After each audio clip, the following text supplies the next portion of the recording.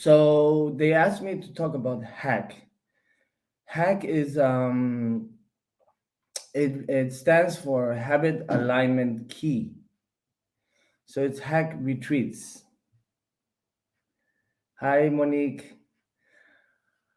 So then basically, so about 8 years ago, I came to the conclusion that I had to find what people call the ikigai. So 8 years ago, I decided that I needed to understand which was my ikigai. So ikigai is a Japanese concept, very ancient concept, which means like your purpose of life, let's say. So you have to find what you have passion for, what you're good at, what can bring you some finance, and what you can offer to society and the world. And you find those four aspects, and you find your ikigai. So that's what I did. I said, okay, what do I have to offer to the world? So I've had a lot of experience in my life in many different contexts and circumstances. So I said, why not share everything I've learned in my life? And through those experiences, I can create a retreat that changes the habits that we've created. Because we are humans of habits, we are creatures of habits that keep repeating the same habits. So, really, if we are able to see that and change that, of course, we cannot do it in one day, but we can start doing it in 4 days or 4 days and a half. So, mainly, it's all about changing our habits. So, of course, I've done about 3 retreats now, two, sorry, in total. The third one is coming, and it's been quite difficult to get rid of the phone. So that clearly shows one habit that all of us have, probably everybody who's here. I don't know how many people there are or who is here. I cannot see anything, only myself. So anybody, it can be applied in everyday life. So basically, if we actually are able to contemplate that aspect of ourselves, how we relate to ourselves, then we can start changing how we relate to everybody else. And of course, the habits are so important. And just having phones is a very clear habit. It's a very clear habit that we have, always, the phone. Back maybe 10, 15 years ago, we didn't have any phone. Hello? Osel, I'm here representing everybody. Oh, okay, great. Me as the entire collection of people. All right, thank you. I was a little bit, I wasn't sure what was going on. So. Thank you so much for being here so early. I didn't realize you were going to be live, but it's wonderful to see you live. Thank you. So now I am everyone. Oh, great. Thank you so much. I was just trying to get started, but I do need to have some kind of contact with someone. Otherwise, I feel like I'm in a telephone booth talking alone, which is fine. It's fine, but I prefer this. Thank you. So, anyways, I was just talking about the habits, So the phones already 15 years ago, back in the days of the Buddha, there was no phones, So they didn't really count on the fact that we're going to have a lot of obstacles in that sense. The phone, the screen, I can see it very clearly in my son. So basically, television screens or computer screens are not so bad. Projectors are really the least harmful. But a telephone screen, somehow, iPad telephone screens it really affects my son. And so I'm guessing probably for adults as well. And I even realize in myself, the habit I have, of the phone. So for example, in the mornings, I tend to not touch the phone. Because the first thing you do when you wake up in the morning, you're going to tend to go back to that again.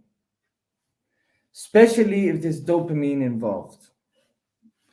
And also, a lack of dopamine is even a bigger increase in wanting to be on the phone, since the morning.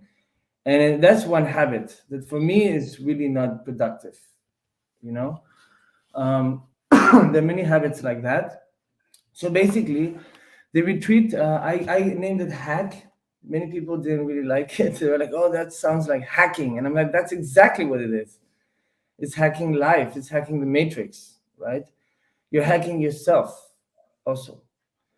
Um, because really, that's a lifelong task that we have ahead of us, and it's never too late. And of course, there's so many different methods to get to the same place, which is universal, right? It's almost like the law of gravity, you know, it applies to everybody in a universal aspect.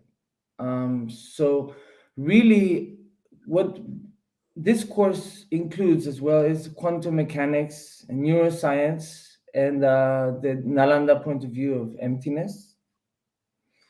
So this is very interesting because we do have, you know, the institution inside the course, the retreat. In this case, in New Zealand and Australia now in November, Venerable Gyatso will be giving the talk about emptiness, because I really like his point of view of emptiness, especially when he gives talks about emptiness in the November course in Copan. So, and yeah, I'm very close with him. So he's going to be giving the talk about emptiness. So he represents the institution, okay, of Nalanda, because the course has to be very complete. The retreat, you know, actually I wanted to talk about Dharma in the 21st century, but I think HAK really covers that, because there's so much more that has happened since 2,500 years ago, the time of the Buddha. So there's been many updates. There's a lot of updates, but how to apply it in everyday life today in the 21st century, right? That is really the question. And of course, there's many people who have an aversion towards religion, towards anything related to sitting down and meditating. So how can we really help people who have an aversion discover that amazing tool that we all have available? You know, of course, back in the days in the 70s, the hippies. I mean, not everybody was hippie, but because hipper actually means hipper. I mean, hippie means hipper, right? They move the hips. That's the meaning of hippie, from what I understood. A journalist, he was writing the name, and he said hipper. So in the 70s, many people were interested in yoga, in meditation, you know, and even some people were like trekking, you know, Dharma, Hinduism, and then also a lot of people who were like looking for experimental drugs and all of that. So these days, what are people looking for, right? So I realized that now it's very fashionable and it's like a trend to be healthy, okay? So of course we can be very healthy, and what's really going to change is maybe quality life and the fact that we will die healthy, right? But so, you know, because it becomes an obsession, it really does. You know, we just change one thing for another. It's almost like, okay, we change this, the, you know, the attachment to money and the car and the job and the idealization and the what do you call it, the invisible attachments, right? The mental kind of grasping. And then, of course, we change that for the guru, you know, then we have the attachment to the guru, and then we create the same patterns with the guru, with that concept, that idealization that we grasp so much, you know. So these aspects, I think it's very important to work them, you know, because even though the times change, the human mind is not changing so much, you know, and you can really clearly see that if you study history, you know, we just keep repeating the same cycles. So how to change that, you know? And I really believe this starts with the individual. The individual really is the key to the collective. So if the individual is not willing to work on themselves and challenge themselves, then it's very, very difficult, you know, whether you study and, you know, because really in the end, what really multiplies is the attitude, you know. You can have all the wisdom, all the understanding, all the methods, you know, and the resources possible, but if you don't have a good attitude, the result is not going to be positive. The attitude is really the key. Okay, so Dharma, what is Dharma talking about? So one of the practical aspects of Dharma is that it helps you to change your attitude and your perspective, and that truly changes your life completely, even from one day to another. And that's really the key, for me at least, how I see it. There's many other aspects to it and many layers, obviously, but yeah, definitely. For me, Dharma is about changing your attitude and your perspective. And if you're able to change that, you completely transform your reality. And I guarantee you. Of course, for example, if we have fear, then we have fear towards something based on an attachment towards something, based on the fear of losing what we're attached. So that fear also creates a lot of suffering. Dharma talks about that clearly. So these days, I mean, Dharma has always been fashionable. Okay, uh, to have a mala, like a rosary, or to have a Buddha statue in your house, it's like fashionable, right? Me personally, I don't really enjoy seeing Buddha's heads, like cut off and put in the table. It's a little bit like, it's not offensive per se, but it is a little bit awkward for me because I grew up with a lot of Buddha statues and very traditional aspect. So, so that's something I wouldn't recommend to have in your house. A Buddha's head. It's not respectful to the Buddha. But what I was saying is that it's very fashionable, and people today have a lot of interest in like yoga and health, in meditation. Well, meditation, it's more about a mindfulness kind of aspect. But really, mindfulness is just the beginning. And of course, also in Buddhism, in Dharma, in the text, it doesn't really talk much about gratitude. And gratitude is a key element that I included in the habit alignment key retreats. We actually start with gratitude the first morning because I believe that if you have gratitude, then you really have everything. Then you're not looking for anything, you're not waiting for anything, you're not hoping, you're not idealizing, you're not attached to something that you don't have or want to have or had in the past. So really, when you wake up in the morning and you're grateful towards everything that you already have, you're creating an aspect of abundance. And through that reality that you're creating, you will attract the abundance that you want, because everybody wants to be happy. But they don't understand that being the happiness is not based on the abundance.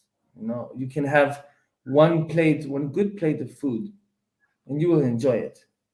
But if you have to eat four big plates of food and you're forced to eat it, you will not enjoy it.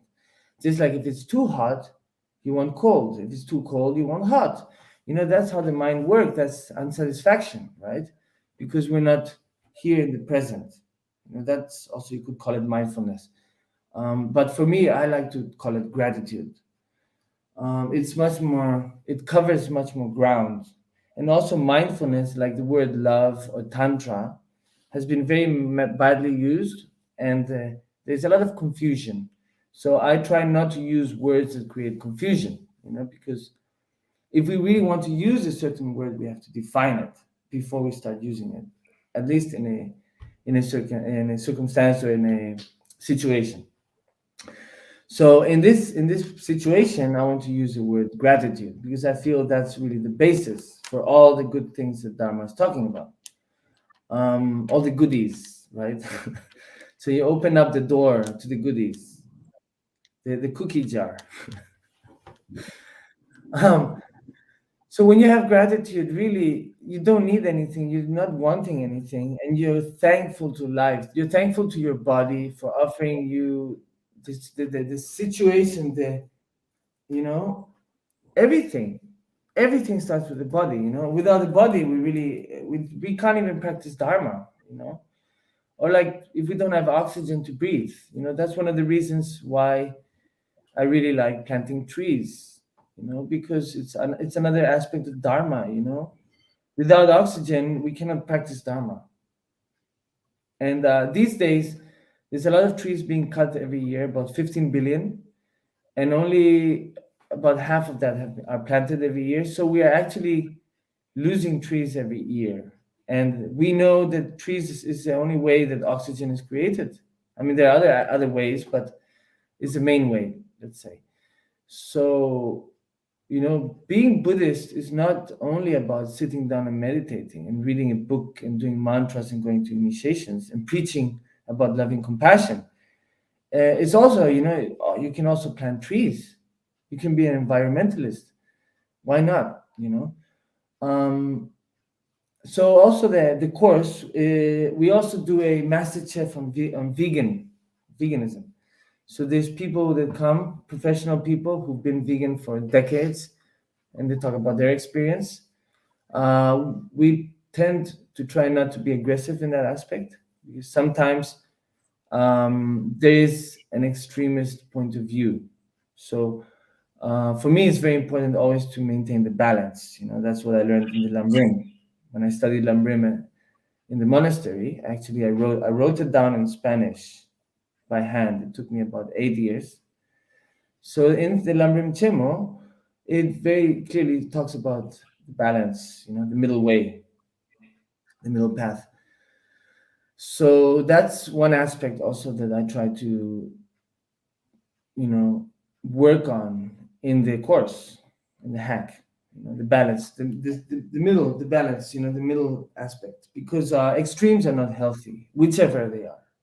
Even water. If there's too much water, it becomes a hazard. It becomes a problem. So also at the time of eating food, we don't want to be extremist in the concept of veganism, like, oh, now suddenly you have to eat only veganism, da da da da da. So it's not really like that. It's something that goes very slow. You have to work on it. If you don't have that habit, you create that habit.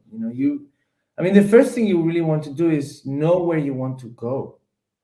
And I really think that's something that why is Dharma so attractive?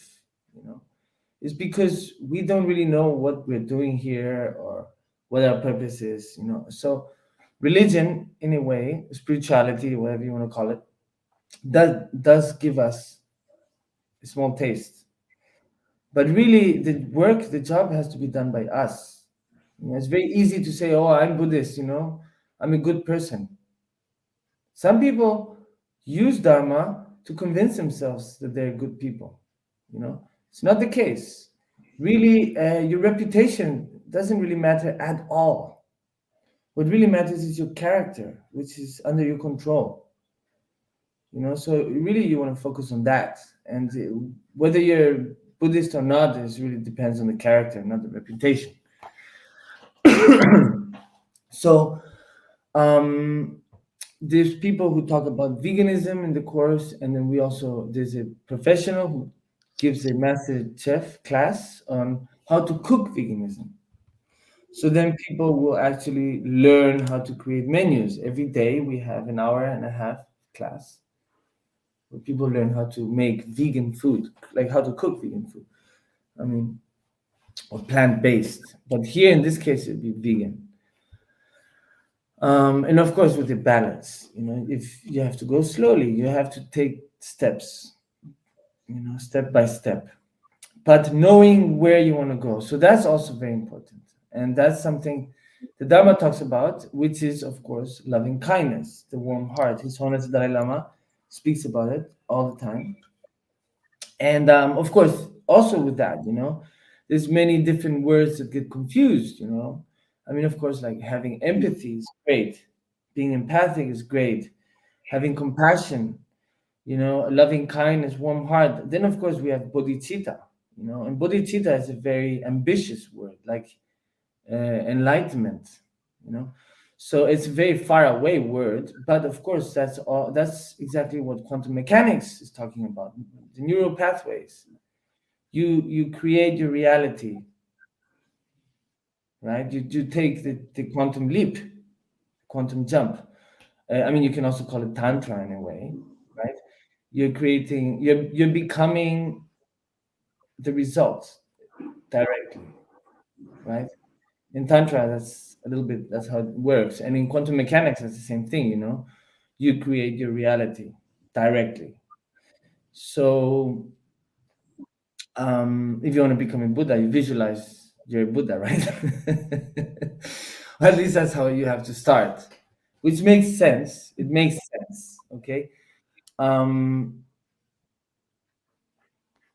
okay, definitely, for sure. We're working on it. We're working on the retreat as we speak. So, and also the retreats actually are something very organic for me. You know, it's not, it's like every country has its own culture, its own language. Um, you know, so it's really every hack is totally adapted to the people, you know, and the culture and the language. Um, so talking about loving kindness, you know, that is really what Dharma is telling us where we want to go, because that's really the key of to inner non-unhappiness. Because what we want to be happy, but really happiness is, it's a concept almost, you know, of a state of mind which is temporary. So really what we're looking for is non-unhappiness. Happiness is a very big word also, you know. I don't like to use these big words. You know, I like to use them to create that quantum leap, right? But then we get stuck. Oh, and being becoming enlightenment. Oh, for all sentient beings, all sentient beings, all sentient, and then finally you forget about yourself, you know, suddenly. And that's a problem. Then we don't have you anymore. We don't have you anymore because you're only thinking about other sentient beings. So oneself, one's body, love for one's body is very, very important. And I think that's really what His Holiness refers to when he talks about the warm heart and loving kindness. You start with yourself, and then you are able to offer that to others. But if you don't even take care, like Venerable Chucky was saying now, I think she was saying, you know, like loving yourself is very important, right? It's really the key. So we also work on that. And how do we work on that is through the group, okay? If you think about it, we don't really know how long we've been here as a species. You know, we could have been here for 40,000 years or 400,000 years. It's not really clear, you know. There's many, many, many, many things that tell us that there's there's a lot that we don't know. Okay, you just have to look at the pyramids, for example. Even today, they can't even build a small replica with all the technology in the world. So yeah, inside the hack, from the morning to the night, we're working together as a group. You know, so we've been living in tribes for most of the time we've been here on the planet. It's only in the past 100 years, maybe, that society or the system has kind of like started isolating us in a way, or we've been isolating ourselves also. You know, because it is a choice. Thank you, thank you, Steffi. It is a choice. Every day we have a choice. You know, it's very easy to say, "Oh no," you know, throw the responsibility to somebody else, blame others for the circumstances. No, we create the circumstances. We have to take responsibility. Okay, instead of saying, "Oh, it's your fault," you know, you say, "It's my responsibility." You know, how I react. That's you have to guard that. You know, how you react, because really, that's key. That's one of the keys. You know, how you react. That's how you condition your life, actually. Okay, so going back to the group.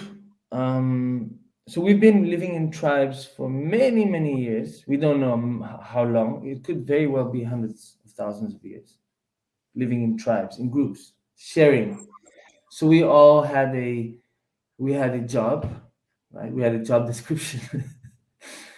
So we were useful. In other words, we were recognized by our ability or abilities. So recognition, very important for us. Being part of something, being useful, belonging. right? A baby, when a baby is crying, if it doesn't have pain in the stomach or it's not hungry, most of the times what it's asking is saying, "Hey, where is my tribe? I want to know where my tribe is."